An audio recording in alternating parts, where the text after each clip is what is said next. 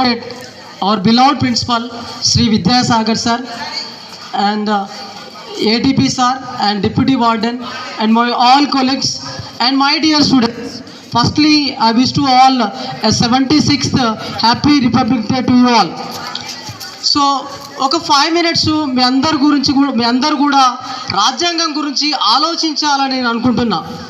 So 26 జనవరి అంటే only bananas ఇచ్చి sweets ఇచ్చి ఏదో ఊకుదంపడు ఉపన్యాసాలు ఇచ్చి దీని గురించి మాట్లాడమే అప్పుడప్పుడు మాట్లాడడం కాదు, కానీ రాజ్యాంగం గురించి నిత్యం చర్చ జరగాలి.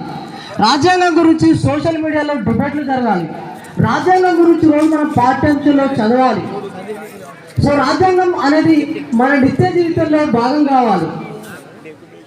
సో చాలామంది అంటారు, ఒకసారి Congress party present incharge TPCC incharge Deepraj Munshi గారు ఉన్నప్పుడు ఒక సందర్భంలో ఇంటెలెక్చువల్ మీటింగ్లో మాట్లాడడం జరిగింది. So nowadays attacking on Indian constitution, భారత రాజ్యాంగం మీద అటాకింగ్ అవుతా ఉంది. సో మతాల పేరిట కులం పేరిట రెచ్చగొట్టేటటువంటి విధ్వంస ప్రసంగాలు జరుగుతూ ఉన్నాయి. సో రీసెంట్గా మనం పార్లమెంట్లో అమిత్ షా గారి ప్రసంగం మనం విన్నాం. ఆ సందర్భంలో దురదృష్టవశాత్తు ఆయన ఒక మాట అన్నారు, అంబేద్కర్ అంబేద్కర్ అంబేద్కర్ అంబేద్కర్ ఇతనే నామ్ భగవాన్ కా దేతే సాత్ జన్మ తక్ స్వర్గ్ హోతా అని అన్నమాట. అర్థమైందా?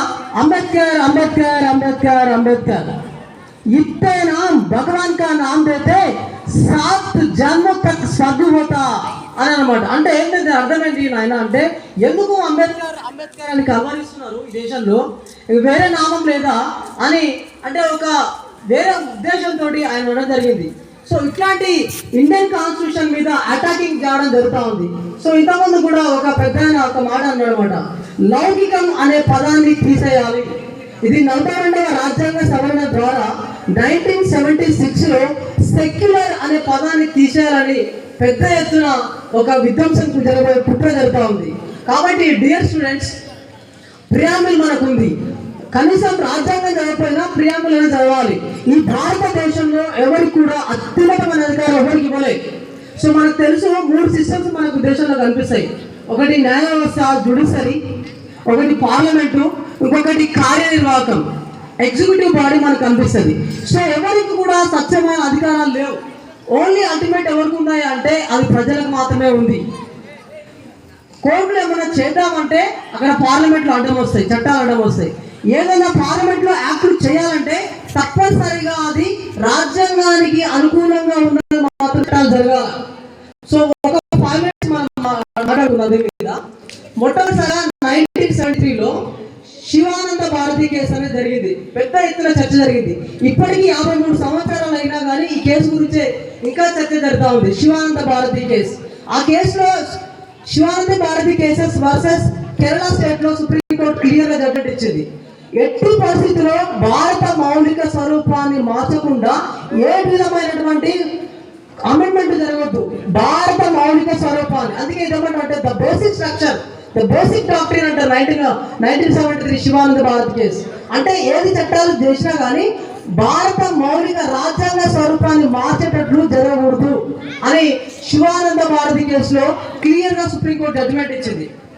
అదేవిధంగా ఎస్ఆర్ బొంబాయి కేసు, సో ఇవాళ former chief minister of the Karnataka ఆయన కేసులో కూడా ఎస్ఆర్ బొంబాయి కేసులో కూడా క్లియర్ అయిపోయింది. ఎట్టి పరిస్థితుల్లో కూడా సెక్యులర్ అనే పదాన్ని, సెక్యులర్ అనేది ఇండియా ప్రియాంబుల్లోనే ఇంక్రిమైంది కాబట్టి దీని ఎట్టి పరిస్థితుల్లో తీయకూడదని సుప్రీంకోర్టు క్లియర్గా జడ్జిమెంట్ ఇచ్చింది. కాబట్టి ఈరోజు భారత రాజ్యాంగం పైన కుట్ర జరుగుతూ ఉంది, భారత రాజ్యాంగం మీద అటాక్ జరుగుతూ ఉంది. సో దీన్ని తిప్పికొట్టాల్సినటువంటి సందర్భం విద్యార్థుల పైన, పౌర సమాజం పైన తప్పకుండా ఉంది. కాబట్టి మనం చిన్నప్పటి నుంచే ప్రశ్నించడం నేర్చుకోవాలి. ప్రశ్నించడం నేర్చుకోకపోతే ఒక బానిసనే. కాబట్టి ఎక్కడైతే అన్యాయం జరుగుతుందో, ఎక్కడైతే మన హక్కులకు పాలన వస్తుందో అక్కడ తప్పకుండా మనం ప్రశ్నించడం నేర్చుకోవాలి. సో ప్రశ్నించడం నేర్చుకుంటే ఒక వరవరం ఒక మాట అన్నాడు, నేరమే నేరస్తుని, నేరమే నేరమై మౌనిని నేరస్తుని చేస్తుంటే నోరుండి మెదుపని ప్రతి మేధావి కూడా ఒక నేరస్తుడు అన్నాడు అనమాట. కాబట్టి ఎక్కడైతే మనకు అన్యాయం జరుగుతూ ఉందో, ఎక్కడైతే మీ అప్పుడు కావాల్సింది మీరు అనుకుంటారో తప్పకుండా ప్రశ్నించాల్సిన సందర్భం ఉంది. సో ఇది ప్రజాస్వామ్యాన్ని నిలబడాలన్నా, ఎక్కడైతే ఆధిపత్య ధోరణి నశించాలన్నా తప్పక ప్రశ్నించాలా. చాలా మంది అంటూ ఉంటారు నీకు దిక్కేవడరా అని. దిక్కేవడరా అని మనం చెప్పాలి, నా హక్కే నాకు దిక్కురా అని చెప్పాలి. ఏంటిది మన హక్కు? మనం ఎవడరా నీకు దిక్కు అంటే మన హక్కే మనకు దిక్కు. నువ్వు మొక్కడానికి కారణం ఏంటంటే నా మొక్కు కారణం నా హక్కు. కాబట్టి మన ప్రియాములో క్లియర్గా ఉంది, ఎవరు కూడా మనం భయపడాల్సిన సందర్భాలు లేదు. ప్రశ్నించడం మనం నేర్చుకోవాలి. సో ఎక్కడైతే హక్కులు మనకు భంగం వాడుతుందో అక్కడ ప్రశ్నించి నేర్చుకోవాలి. సో చాలా మంది ఈరోజు ప్రశ్నించే వాళ్ళ పైన మన దేశంలో కానీ సమాజంలో కానీ అటాకింగ్ చేయడం చూస్తూ ఉన్నాం. సో ఇది డెమోక్రసీ అట్లా ఉండదు. ప్రజాస్వామ్యం నిలబడాలన్నా కానీ రాజ్యాంగం మనకు కల్పించిన హక్కు. సో ఆర్టికల్ 14 కానీ ఆర్టికల్ 15 కానీ క్లియర్గా మనం చెప్తా ఉంది, చట్టం ముందు అందరు సమానులే. Before the law everyone is equal. So gender discrimination is prohibited under article 15, under article 7. So అస్పృశ్యత అనేది నేరం అని ఇవన్నీ చెప్తా ఉన్నాయి. కాబట్టి నేను ఒకటే చెప్తా ఉన్నా, కనీసం మనం ప్రియాంబుల్ ఏమో తెలుసుకోవాలి. ప్రియాంబుల్ ఏమో తెలుసా అవుతారా? ఎప్పుడైనా చదివారా ప్రియాంబుల్? సో ప్రియాంబుల్ గురించి ఒక్కసారి నేను చెప్పి ముగిస్తాను.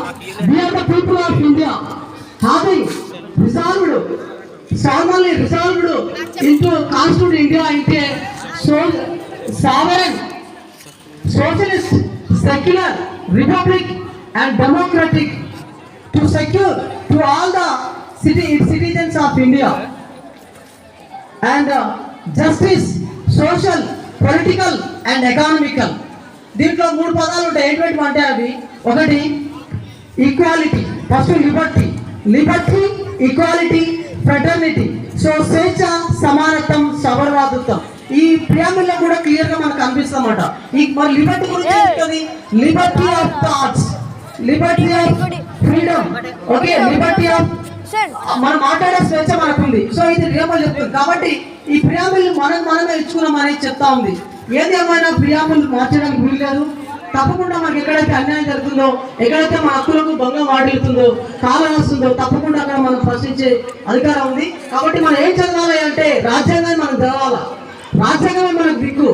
సో ఈరోజు మనం ఈ పొజిషన్లో ఉన్నాం, మన ప్రిన్సిపల్ సార్ పొజిషన్లో ఉన్నాం, సీఎం కానీ ఎవరైనా దేశాన్ని వెళ్తున్నారంటే దానికి కారణం ఒకే ఒకటి ఏంటది?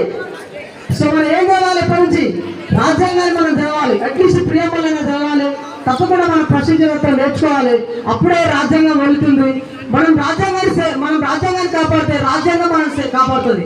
అందుకే కొటేషన్ స్లోగన్ ఇస్తున్నా, సేవ్ డెమోక్రసీ అంటే save constitution, save democracy, save constitution, save democracy, save democracy.